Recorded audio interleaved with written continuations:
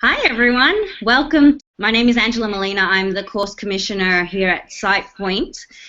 Today we are very excited to welcome M. David Green. He's going to be showing us why we should be using Scrum for our mobile and web teams and making sure that we're doing it right, because there's a lot of people that aren't actually. So with all his years of experience in Scrum, he's going to be answering all of your questions after his presentation.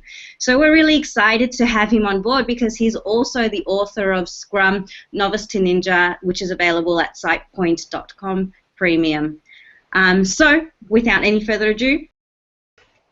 Today I wanted to talk to you a little bit about why I think it's a good idea to choose Scrum for web and mobile development teams. And in case you're not familiar with Scrum, Scrum is one of several flavors of Agile, which is a way of organizing engineering teams. And I'm of the opinion that Scrum is, in particular, the best way for web and mobile teams.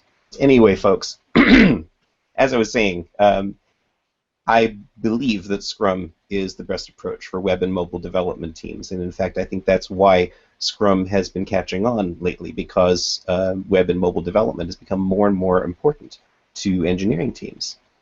And in order to understand Scrum, it's kind of important to understand where it came from. The context in which Scrum emerged was one of traditional waterfall development, and this might be something that a lot of you are familiar with, where the objectives are established at the top by executives and sales teams, and they come up with a bunch of ideas. And those ideas are passed to product managers who come up with requirements, and they work with design to make prototypes and create these long product requirements documents, or PRDs, that go into detail about when things need to be released and what the schedule is going to be, and all of the specifications of every button and every point in a software product or in any kind of product. Once those are put together, they're handed off to the development team, which is given X number of days to produce this particular result and to make sure that it exactly matches what the requirements were. And then that is worked with QA until finally the product can be released and goes out to the customers, where you find out if that's actually what they wanted to buy in the first place. And at that point, you start getting some data back from the customers about what's going on. You start looking into the marketplace and seeing whether the technology is still the technology you thought it was. And those feed back into the objectives for the next waterfall cycle. And more ideas get generated, more requirements, etc. Now, this is this has been working for engineering organizations for years, when product release cycles were staged out in a matter of like 6 months down the road, a year down the road, things that might be packaged software or larger products, but not for things that are developed very quickly. And toward the late 1980s, early 1990s, people started realizing that there was a better way. And a bunch of engineers at different organizations came up in separate places with this concept of an Agile manifesto, which they codified, which recommends a set of principles for how engineering development should work. And these principles favor individuals and interactions over processes and tools. It favors working software as the goal, as opposed to comprehensive documentation. It favors customer collaboration along the way, over the initial contract negotiation, and then down the road actually delivering something and finding out whether it worked. And it favors responding to change as things happen, as opposed to following a plan religiously. And the point of this Agile Manifesto is that these are principles. They're not exclusive. It's not that there's no value to processes or documentation or contract negotiation or plans. These things are needed. They're part of the business environment. But in an Agile organization, they favor working in the other way. We're working in a more agile, flexible, iterative way. And the point of Agile is really to develop organizational knowledge. In an Agile organization, ideas can come out of the process at any point so that things can be shifted and adjusted, so that the team can iterate and adapt to the requirements of the actual marketplace. They can see, oh, a new technology has emerged that we need to support. Oh, the customers aren't understanding this particular presentation. They need to have things presented this way, or back end, front end, it works all the way. And because of that, it's important that the entire organization work together in an Agile way for Agile to be truly effective. A lot of organizations try to apply Agile just within their engineering groups. They create a general waterfall structure where the executives set a long-term goal and product tries to push that long-term goal along with specific schedules and recommendations. But just within the engineering organization, they try to apply Agile so that people can cycle through and iterate just in the development of the technology. Unfortunately, that just doesn't work very well. What's missing from that is the whole concept of the knowledge organization and the ability for everybody on the team to raise issues as they become aware of them so that they can shift and adjust to real situations in the marketplace. Waterfall, with a little bit of Agile thrown in, is a very common pattern, and if you're seeing it in your organization, we should talk, because there are ways to get around it, and there are ways to encourage people to follow a more Agile approach from top to bottom. But just to get the basics down, it's important to understand how Scrum works. And Scrum defines a set of roles for people who are working in a development team. People in those roles follow a set of predefined rituals that have specific agendas, specific time frames, specific outcomes. And those the people in the Scrum team depend on a set of artifacts that Scrum defines in order to help them communicate and share and keep track of what's going on. And if those words sound a little bit funky, that's kind of the point, because Scrum isn't about fitting into an existing framework and trying to squeeze an Agile approach inside of a waterfall environment. Scrum is about a new way of thinking, and it's important that you use new terminology that doesn't fit with what you used to do. A lot of people apply these terms and think that they're using Agile, but unless they're being applied using the definitions that Scrum provides, it's probably not working the way that you would expect it to. So the roles of Scrum start with the product owner, who's the person whose neck is on the line if the product doesn't get delivered properly. There are also team members, who are the developers and engineers who work on the team developing the product. And finally, there's a Scrum Master, and the Scrum Master is responsible for keeping all of these people working together. And an interesting point about Scrum is that all of these people share responsibility and have a balanced role. If the product owner doesn't agree with something, or if the development team doesn't agree with something, or if the Scrum Master sees something that's out of whack, everybody has an equal opportunity to bring up issues and point out where things might be falling apart, where they might see changes that are needed. And it's very important to keep that balance in mind when you're thinking about Scrum. It's not about one person being responsible for the product and everybody else reporting to that person. Everybody has a voice in Scrum. The rituals of Scrum are also pretty well defined. The one that most people think of when they think of Scrum is the daily stand-up, which is a 15-minute daily meeting. And call it a meeting, call it a ritual. It's a daily get-together that people have where they talk about what they've been doing. There's also a sprint planning meeting, which happens at the beginning of each sprint, a sprint demo, which happens at the end of each sprint, and a sprint retrospective. And in order to understand this, you kind of have to understand what a sprint is. Most teams organize themselves into sprints of 1, 2, or 3 weeks, and they stick with whatever length they've chosen. They choose the length of their sprints based on the types of projects that they're working on. And the sprint always starts with a sprint planning meeting at which the product owner presents the set of stories that they want the team to work on for the rest of the sprint. And the team estimates those stories and then decides how much they can actually do based on their historical capacity. Then for the rest of the sprint, every day, there's a development and a daily stand-up. And they do development for most of the day. And once a day, for 15 minutes, all of the developers on the team get together, led by the Scrum Master, and talk about what they did since the last stand-up, what they're going to do until the next stand-up, and whether they have any blockers that either the Scrum Master or somebody else on the team can help them get out of the way. After the end of the sprint, there's a demo in which the product owner decides whether or not what was being presented actually met the criteria that were established for each of the stories. And then after that, one of the most important aspects is the sprint retrospective, and that's where people on the team get a chance to reflect on how well the sprint went, and whether there were things that they thought they could have done better, whether there were things that they really liked that they want to do more of. It's that reflective quality that helps Scrum keep the team improving constantly. One important point to note is that during the planning meeting, the backlog for the sprint is established, and it can't be changed until the end of the sprint, so that developers know that they're going to work on a set of stories that they've agreed to, and they don't have to worry about changes coming up during the sprint. Scrum uses artifacts to keep track of all of the things that are happening during the sprint. The primary artifact of Scrum, perhaps, is the story. And the story is how the product owner describes to the team what should be developed. And this is instead of creating a huge product requirements document with all of the technical specifications, the product owner defines a slice of functionality, a feature that they want to have integrated into the product.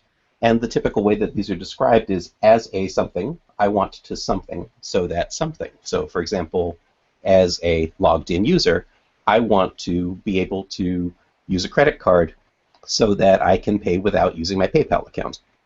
That would be a slice of functionality from top to bottom. It adds a complete feature to the product. And that story might have some acceptance criteria based on actual market needs, but basically it's up to the team to decide how to implement that, and also how to estimate the effort involved. Stories are tracked on a Scrum board, and are usually there's usually a backlog for each sprint that is what the team has agreed to work on during that sprint. All of the stories in the backlog move across the board to in progress, to QA, and then to the point of the demo. Once they've been demoed and the product owner has accepted them, they can move to done and then either be released or not. That's up to the product owner. The product owner also maintains a product backlog, and this keeps track of features that the product owner wants to integrate into the product, but not necessarily written out as stories as of yet. These can be in any form that the product owner prefers, and only once they actually reach the point of being ready to introduce to the team do they have to be formulated as stories. And it's to the advantage of the product owner not to keep too much in the product backlog, because things can get stale, things can get forgotten, things can get eliminated and just waste the time of the product owner when trying to create them. One of the most important artifacts of Scrum is the definition of done. This is something that everybody on the team agrees to say what does it mean for a story to be done. And every team has its own definition. For most teams, they include things like all of the tests pass, everything's been pushed to the master repository, nothing breaks, things like that. Somebody's reviewed my code. There are a lot of different ways that people write their definitions of done. The importance of a definition of done is that it's something that everybody on the team can agree to, so that they know when a story is really completed and nothing gets skipped. And finally, probably the most important, I've said that about a couple of these, one of the most important artifacts of Scrum is the actual product increment itself. The concept of Scrum is that at the end of every sprint, you have a shippable product with whatever features are done integrated into it.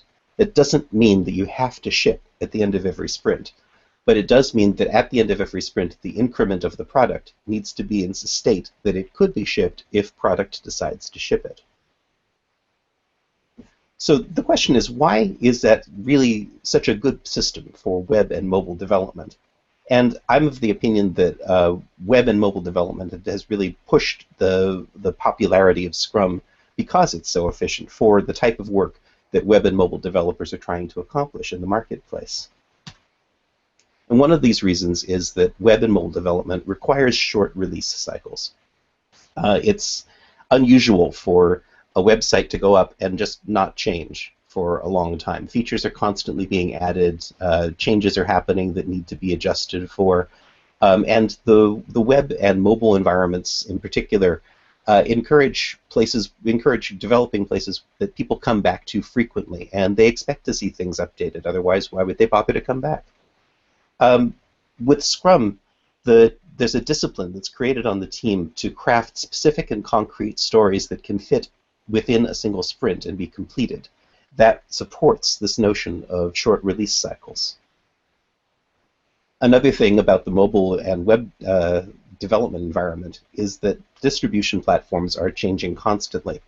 There are always new browsers being introduced. There are always new versions of Android coming out, new phones that need to be supported, new tablets, all sorts of places where your product needs to work exactly the way that it works for everybody, or that needs to have special features that support one specific platform.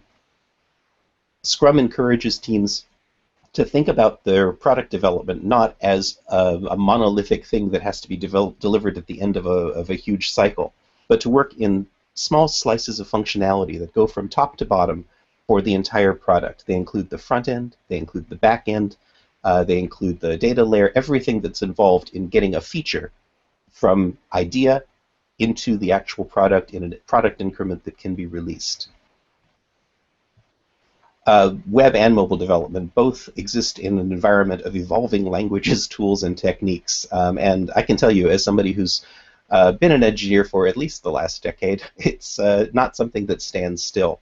Whether people are working on PHP or Ruby or Go or JavaScript on the back end, whether they're doing Backbone or Angular or React or React with Flux on the front end, or front end to back end for that matter, these things change very quickly, and it's critical for the team to be able to adapt to the technologies that are the most current in order to take the best advantage of the new platforms. One of the things that's nice about Scrum is that developers are able to prioritize the improvements in the code so that bad code and bad practices don't get fossilized in the code base. These things can be raised every single sprint and brought up to the attention of the product owner, who makes the final call about what is the highest priority for that sprint. But the point is that they don't get lost, and the developer team has an opportunity to raise these issues constantly as the development process iterates. Another thing about web and mobile development is that there are very tight market and budget constraints. This is not an environment in which there are very high barriers to entry. It's possible for new entrants to show up out of the blue with a very small back-mounted funding and come and completely change the landscape of the marketplace. So the company needs to be able to adapt quickly in order to meet changing customer expectations. Scrum provides a framework through which the product owner can keep track of these changes in the marketplace and introduce shifts and adjustments and feature changes every single sprint in such a way that the team can work constantly toward the end of a single sprint and then adjust their expectations every single sprint without losing their pace and without losing momentum. We live in a world of constant delivery, too. Not everybody is releasing once a sprint. There are companies that release every single day or sometimes several hundred times a day. Constant delivery is something that requires an incredible amount of coordination among the people on the team. And that's where Scrum's encouragement of a definition of done, a codified written definition of done that people agree to, is very important. It raises this concern to the surface and makes sure that anything that gets pushed out to a production environment has gone through the entire checklist before it gets pushed out. This prevents the possibility of things breaking the entire production just because one feature was being added. And of course, with the mobile environment, you need to adjust rapidly to changes in requirements, adapting to how the product owner might come up with something new that needs to be done. And what this does is it encourages cross-training within the team and the way that the team tools. Scrum and Agile and some of its related family of practices have developed things such as pair programming, for example, in which programmers work together with various people on the team in order to share coding practices and become more consistent across the team, not only about what they do, but also avoiding stovepipes of information where all of the knowledge about one particular feature or one particular set of features is in the head of a single engineer. I mean, imagine if that engineer wins the lottery. Then who's going to step in and take over? That doesn't mean that we lose specialization. We still need people who are specialists and experts. but we need enough people on the team to have redundancy of knowledge about what's going on in the organization that you're not crippled if somebody moves on. So ultimately, I think that web and mobile development and Scrum work hand in hand beautifully. Scrum supports the short release cycles that encourages the creation of concrete stories that can be finished within a single sprint.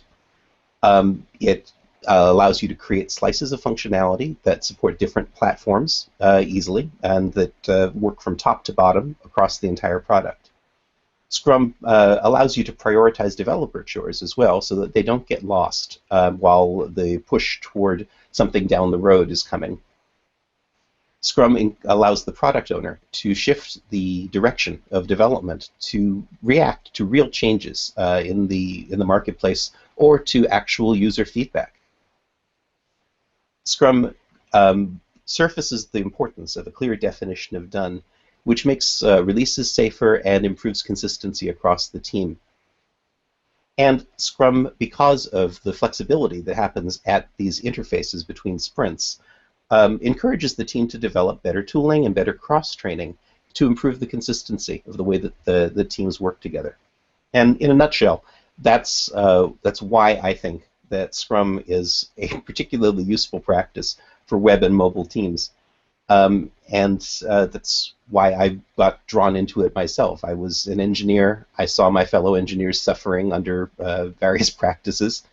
And since I had a background in management and organizational behavior, it really appealed to me. And now it's what I do, and I love it. So that is basically what I've been doing and where I'm coming from with it. Sorry for the technical issues. A few of you may have found a YouTube link, so if you want to watch through YouTube, that's great. You'll need to use the webinar app in order to send through your questions. We also have Daniel joining us on Twitter, who will be managing the questions that you ask through Twitter as well, so we'll also be fielding those questions. So feel free to ask any questions to David in either way. They will get through to him. So I have a few questions for you, David. How did you get Scrum?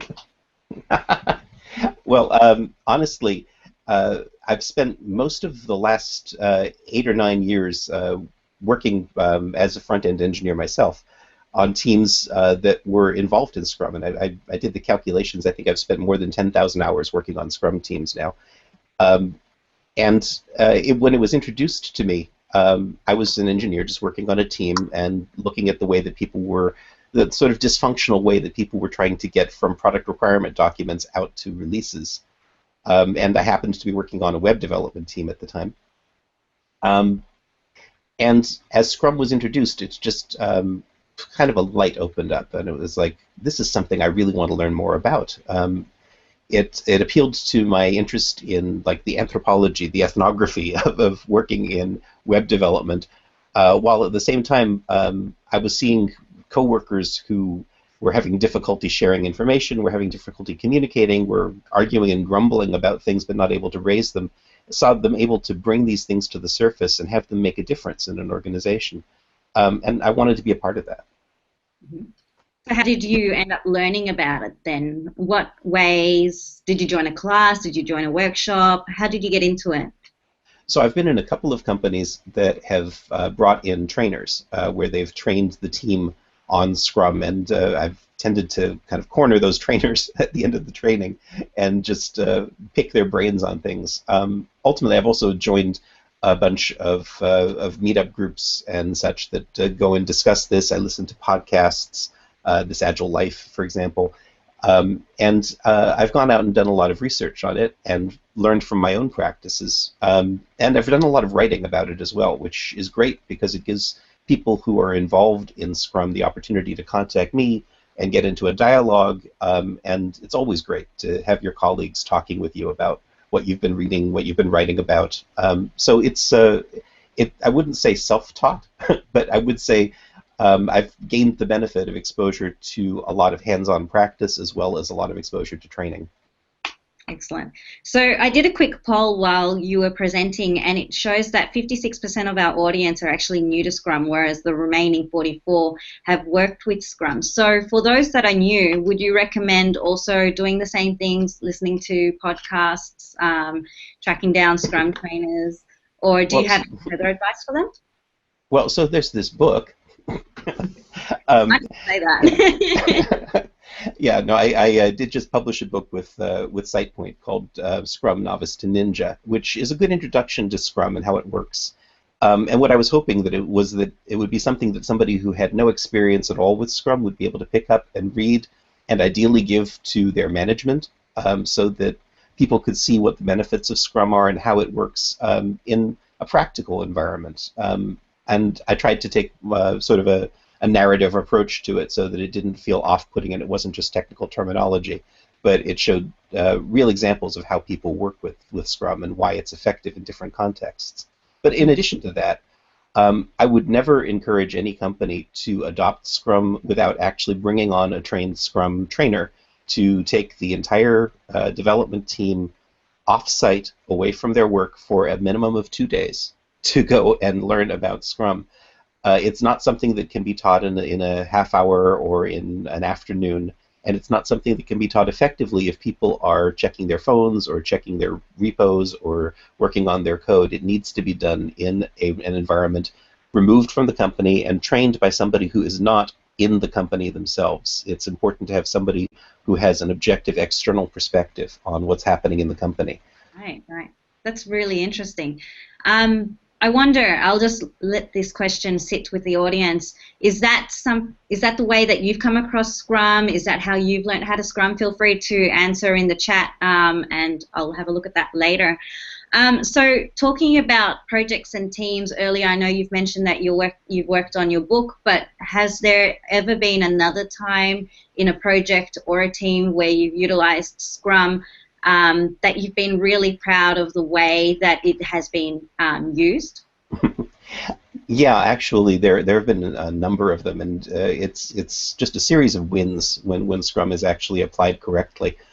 In most of the cases where I've been able to see Scrum work effectively, it's been a situation where the team thought that they were using Scrum to begin with, and they might have been having a daily meeting that lasted half an hour to 45 minutes where they thought that they were having their daily stand-up. And they might have been having a sprint planning meeting where the product owner just dictated everything that the team had to do and insisted that they do it, and the team was just kind of grumbling and saying, okay, we'll do it, but we don't like it, and by the way, the code is getting bad, but we're just trying to keep up. It's about getting people clearer on those definitions, and I've worked at companies where they were kind of self-taught, and they were just applying the terms of Scrum, but they weren't actually applying the practices. And once you show them the benefits of these practices, you get the opportunity to see them light up. In particular, one of my favorite practices is the retrospective, and so many teams pay short shrift to the retrospective. They don't give it enough attention. The retrospective really is where the magic happens in Scrum, because it's where the team gets the opportunity to say, this works, this doesn't, this is what we need to change, and this is what we commit to for changing it. Right, right. So just throwing in another question, what's a common misconception that people have about Scrum? I think the biggest one that I come up against when I start talking to engineering teams is, oh no, not more meetings. We already have enough meetings. Can't we? Why do we need another set of meetings? And I think what the misconception is that these meetings are somehow going to be added on top of the existing meetings that aren't adding value and that people are frustrated with. The notion of Scrum really is that the team becomes self-managing and they get excused from those meetings that don't add value. The rituals of Scrum are very clearly defined. They have a beginning and an end and a time frame, and one of my favorite concepts from Scrum is this concept of a time box with the Scrum Master manages. The Scrum Master keeps a clock out during the entire meeting and lets everybody know just how long the meeting's been going on and just how much time the meeting has left, and everything has to get completed within that time box, or else the meeting doesn't meet its agenda, and it's up to the Scrum Master to make sure that that agenda gets followed. If the meeting actually does need to be extended, everybody has to agree to extend the meeting. Otherwise, the meeting doesn't finish its agenda. Excellent. So now we'll start bringing through a couple of the questions that we've had from our audience. So Chalvi wants to know, in a Scrum, there's a Scrum Master. How does the role of a project manager and fit in, and do we need both? So frequently in organizations, the person who was performing the role of project manager often becomes the Scrum Master. It's sort of a change in training. Project managers tend to be taught a lot about, in their own backgrounds, about Gantt charts and PRDs and long-term planning. And Scrum training is a big adjustment for them. It's an adaptation of the way that they work to a new approach. But the role tends to map fairly evenly. Although honestly, the role of the Scrum Master can be something that other people can fill in for, and it's good to have people cross-trained on the team to be able to support the Scrum Master by being able to lead the rituals if the Scrum Master isn't available. But a good Scrum Master performs a lot of the functions of a good project manager, in the sense of keeping the team moving forward toward whatever goals they've set for that particular sprint, and identifying problems and roadblocks and ironing them out. So we do have a few questions about cross-training. So one question from Hatham wants to know, how much percentage of time do you recommend for cross-training? And they have a lot of interns in their team. That's actually a really good point. One of the real advantages in Scrum is the cross-training opportunity that it provides to people who might be more junior. Some of the best benefits can come from having people who are very junior working with people who are very senior in a pairing situation where both of them are working simultaneously on the same code.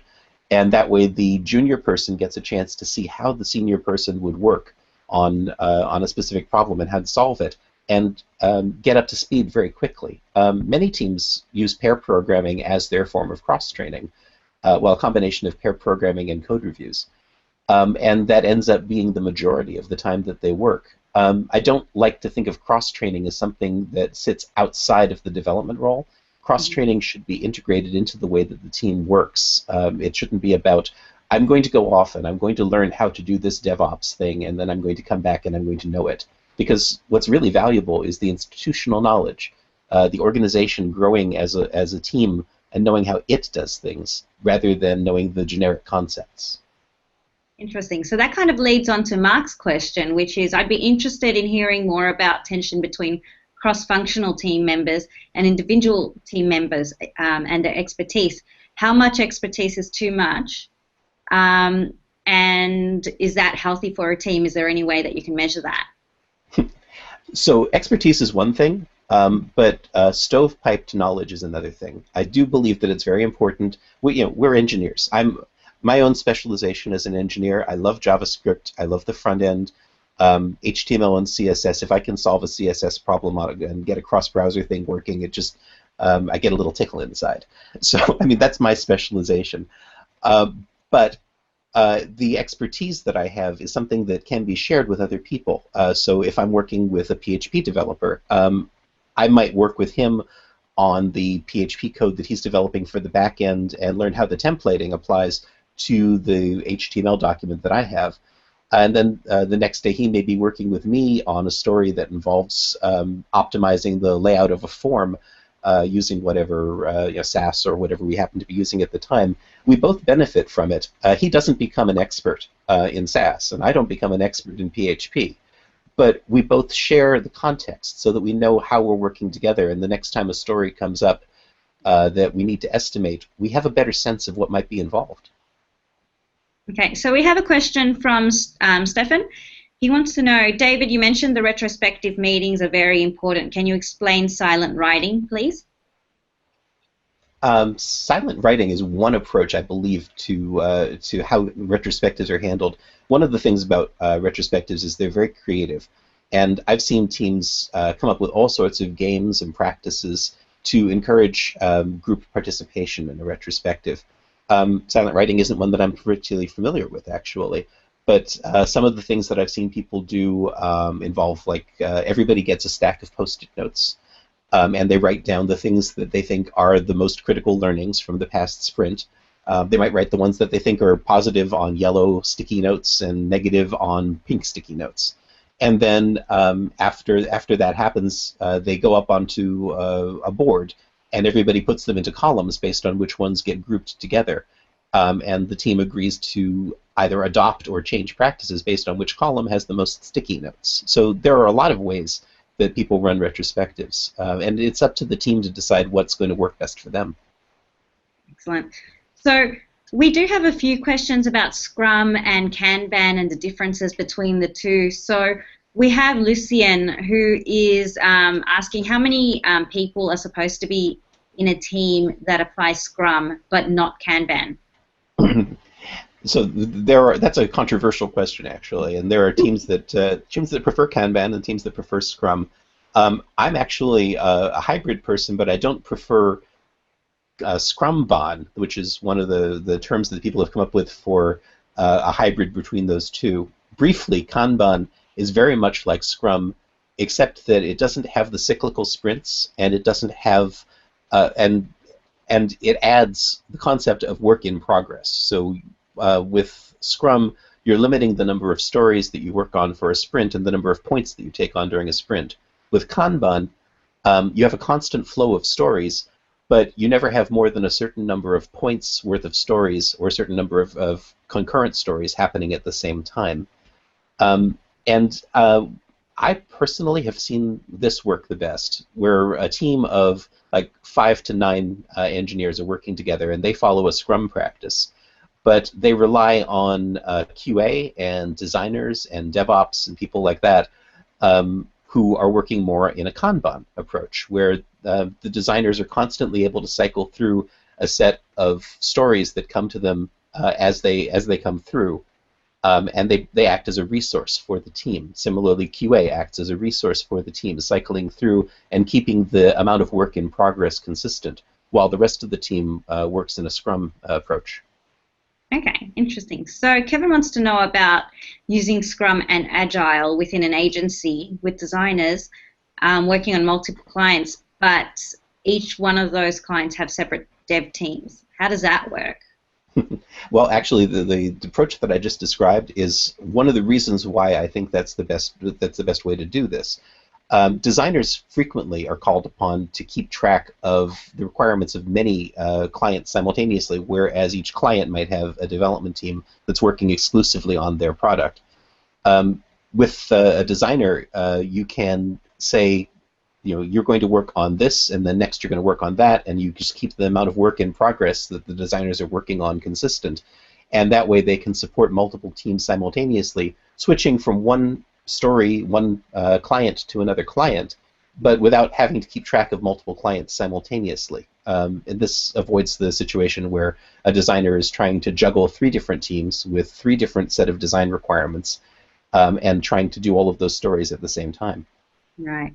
So Helen wants to know, because we're talking about stories, how do you go breaking a project down into component stories?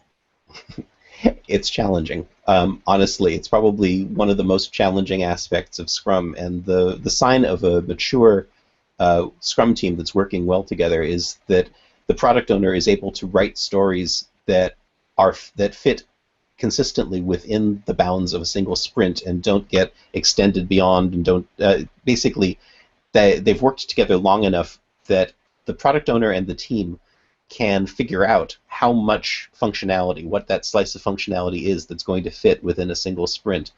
And it is a matter of being very attentive to how the team has worked in the past and the types of stories that the team is likely to work on. It's one of the reasons why different teams choose different lengths of sprints. For example, a lot of agencies that are supporting multiple clients, they'll have 1-week sprints because they require a very quick turnaround. But companies that are working in like a larger mobile app that might have a lot of detailed requirements, they might work in 3-week sprints even, so that there's time for every feature to be fully QA'd and tested and integrated into the product as it's being developed. I tend to prefer 2-week sprints for web development teams usually. All right. So another question about stories. Sanjay wants to know, how do you assign points to stories, and is there a way, do you have an idea for best practice? There are so many ways. I I think that when it comes down to it, the easiest way is to make sure that everybody on the team has the ability to vote on the number of points that a story should be worth, the points of effort that will go into finishing a story, and not to allow those points to be assigned to a story until everybody has agreed. And this not only encourages the type of cross-training, where everybody learns what's involved in every aspect of the product, but it also gets the involvement of the team, that gets everybody more engaged, because on some of the best, highest performing teams, you don't know who's going to own the responsibility for a given story. When you finish the story that you're working on, you take responsibility for whatever the next story is on the stack, and then you pair with somebody who might know it better, or you take responsibility for it yourself. For estimating points, I think the standard is usually to use the Fibonacci sequence, 1, 2, 3, 5, 8, 13, etc. And different teams come up with different local values for what each of those point values means for themselves. It's a very bad idea to associate points with days or hours, for example, because the value of points is that they're flexible and they're relative.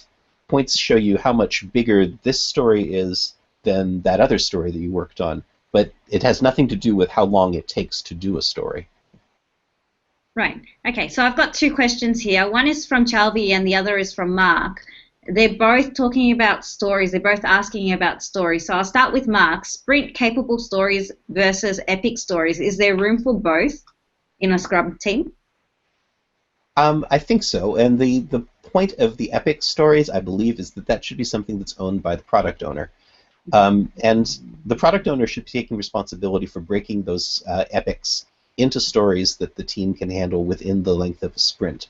And that can be done in coordination with members of the team. It's not like the product owner has to work in isolation. In fact, the best product owners are actively involved with the team and sit next to the team and are constantly available for questions and back and forth during the development process while working on whatever the stories are going to be for the next sprint.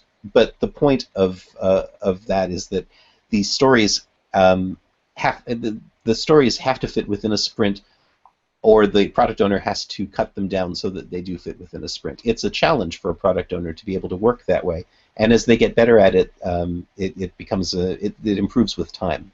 Okay.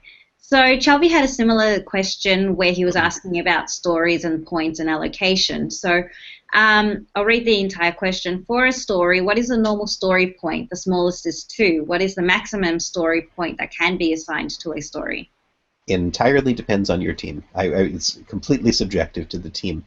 I've seen teams that use that say any story over 13 points is too big to fit within a sprint. I've seen teams where they use T-shirt sizing, where they say stories are small, medium, large, and extra large, and they don't even bother with numbers.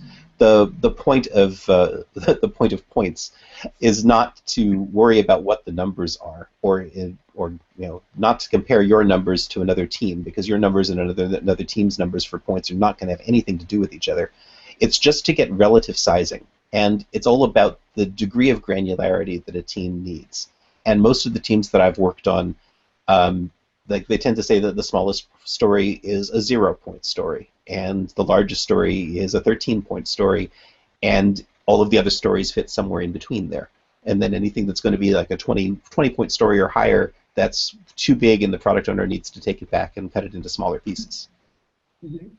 So we've got one from Scott, which is very different. How does Scrum handle the fact that discoveries occur in a new sprint that could be applied to existing features or functionality? Well, Scrum creates a boundary between the sprints. Even if something changes during a sprint that would require the company to adjust and change course, ideally the sprint should continue without the engineers being interrupted, so that they can get the code back to a place where it is clean and flexible and maintainable, so that they can then make the changes necessary to adapt to that modification in the requirements. In extreme circumstances, the product owner can insist that a new story be introduced in the middle of a sprint, and at that point the sprint needs to be interrupted. It needs to be stopped, and a complete new sprint needs to start, and the team needs to go through a sprint planning process where they will then go through whatever stories are there, including the new story, estimate what they can do for the next sprint period, and start moving forward. And that's the nuclear option. It's not the thing that you want to encourage, but it is possible. I mean, it doesn't provide the most comfortable environment for everybody, but if something's changed so drastically that you need to take everybody off and work on something new, then comfort isn't really the first priority. Yeah, excellent. So now moving on to a different side of Scrum, Scott wants to know, how do you see Scrum as it applies to a single developer with a product owner as a Scrum Master? So Scrum works ideally with teams. When you're a single developer with a product owner, I think you're probably looking at something more like a Kanban situation, where what you want to do is limit the amount of work that you have in progress at any given time, so that you're not taking on 15 stories at the same time and trying to juggle across them and keep track of them. It's difficult enough for a developer to keep all of the facets of one story in mind at a time, and it's the responsibility of the product owner to keep track of the overall requirements for the project and make sure that everything gets met. So Kanban might be better in a situation like that, which is also why I recommend Kanban for designers, who often work more as independent people rather than as parts of teams. You can then adapt some of the practices of Scrum onto your Kanban approach, but they become a little bit of overhead sometimes, and pure Kanban is probably a better approach for that. Mm-hmm. All right, so if we're thinking about a team, Hatham wants to know, can a developer play both roles as a team member and a product owner? No. No. Sorry, Hatham. Simply no. I've seen situations where one of the most common situations actually is where the product owner and the Scrum Master are both one person. Or where the team manager and the Scrum Master are one person, and those situations just never work. There needs to be a differentiation between them, because where Scrum gets its strength, it's like the arc that holds up the cornerstone of an architecture. It's from the balance of the contradictory requirements of those roles and how they struggle against each other in order to maintain balance. Everybody needs to have an equal voice and equal balance, and it's not really possible for somebody to serve both of those purposes simultaneously without giving one short shrift. Mm-hmm. So keeping on the topic of product owners in Scrum teams, if you had to choose one person from the company to be the product owner, who would it be? The product manager, probably. Somebody who works in the product team. Usually those are the people that have the connections directly to the customers, where they can go out and find out what's really happening with customers. They usually have direct ties to design. They usually have connections to product ownership in the company as a whole, and to the executive team. They're the ones who can take responsibility as the single neck that will be broken if something doesn't work. And often in the organization, that's the role that they have. Right. So we do have one question from Simon Anthony, who has asked, how can you convince someone that common sense and flexibility is not a better idea than learning a load of new jargon? Bit of a controversial one there. It depends on what you call jargon. Sometimes it's necessary to have jargon just in order to distinguish what you're doing from what wasn't working before. Common sense, I will say controversially, is common for a reason. Mm-hmm. Excellent. So we do have a lot of questions from a few people that are asking for the best tools and software to use with Scrum. Do you have any suggestions? My personal preference is Pivotal Tracker, but there are a lot of tools out there. Jira Agile is a very popular one. In fact, you'll probably find most organizations do tend to adopt Jira Agile because it ties in with their existing tooling. It's got a lot of good tie-ins to workflows and for constant deployment situations. It's a kind of a beast, but it works, and knowing how to use it is valuable. I like Pivotal Tracker myself because it comes from Pivotal Labs, which is a company that's really pushed the envelope with how Agile works in an organization. And I think that what they've created is a very clean, elegant tool. But you can run your Scrum process with anything that you want, from index cards up on a board to Trello, which is another very good tool for this sort of thing if you're doing something lightweight. But the advantage of something like Pivotal Tracker or Jira is that you have a history and you have a backlog that you can reference. With index cards on the wall, I've seen situations where the janitor comes by and accidentally brushes against the board, and everything gets lost, and you kind of have to take a photograph every day of what the board is like, so you make sure that you don't lose that. Mm-hmm. Which is why software, or may be a little bit more convenient. Yeah, and also there's the record keeping requirements, and like in financial institutions or in insurance companies, for example. The development process needs to be tracked in a way that that can be recorded and noted. So the software packages usually have a way to do that. Mm-hmm. We do have a couple of UX questions. So I'll ask the first one from Alex Bow. How would you implement UX and UI design into the meaning of the framework of always delivery working part of the product? Well, it's basically the same concept. What's happening is ideally UX and UI design is being driven by actual customer requirements. So that's something that you're getting user testing, you're getting feedback, and you're seeing that changes need to be made. The stories need to be written in such a way that they fit within a slice of functionality that can be done within a single sprint. And it's not necessary, as I said, to actually release at the end of each sprint, but it is necessary to get the product increment to the point where it could be released so that you have a clean platform on which to develop. And that applies from the front end all the way down to the back end, to the data layer, etc. Mm-hmm. Excellent. So we have 4 minutes left of this webinar. So if you have any last questions, please send them through. Ristodek wants to know, can you give me some more ideas of the retrospective process? Oh, sure. People have come up with all sorts of games, and you can almost set them up like drinking games. You can come up with situations where you have one person who leads the retrospective, and you go around and people cover their eyes and hold up cards to say what they think are good changes and what they think are bad changes, so that there's a little bit of anonymity, and then the Scrum Master keeps track of how many votes each thing gets, so that the team can discuss. One of the most important parts of it, though, I think, is at the end of the retrospective, getting everybody's agreement on what the changes they want to make will be. And that's something that always needs to be like written down and kept track of by the Scrum Master. Mm-hmm. Excellent. So I'll close off with this last question from Ruby. Ruby says, I'm a completely self-taught project manager and have not been able to find a good course to learn a methodology. Any suggestions? How did everybody else learn this? Well, there are certainly training organizations out there. There's the Agile Alliance. There are certification programs out there which if you can't find anything else, you can take a certification program and get yourself a credential in this. If you're working on a team, you can when you bring in a trainer, you have the opportunity to find out from that trainer where they got their training. But there are definitely courses out there, and I do have a book that I recommend. That book is Scrum Novice to Ninja, available. Well, yes, yeah.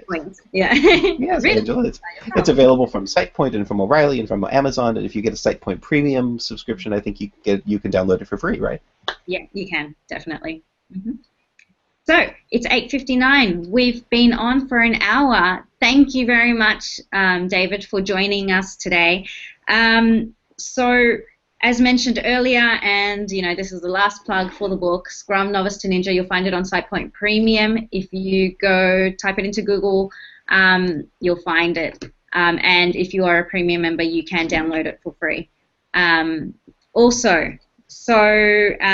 David, do you have any closing words? Do you have any news for us?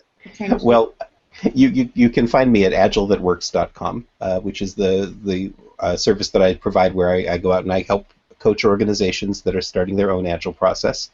And I do that remotely, and I also do that on site, depending on where you are.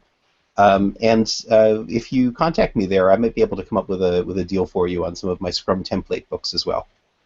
Excellent. Do you have any other projects that you're working on that you're pretty excited about?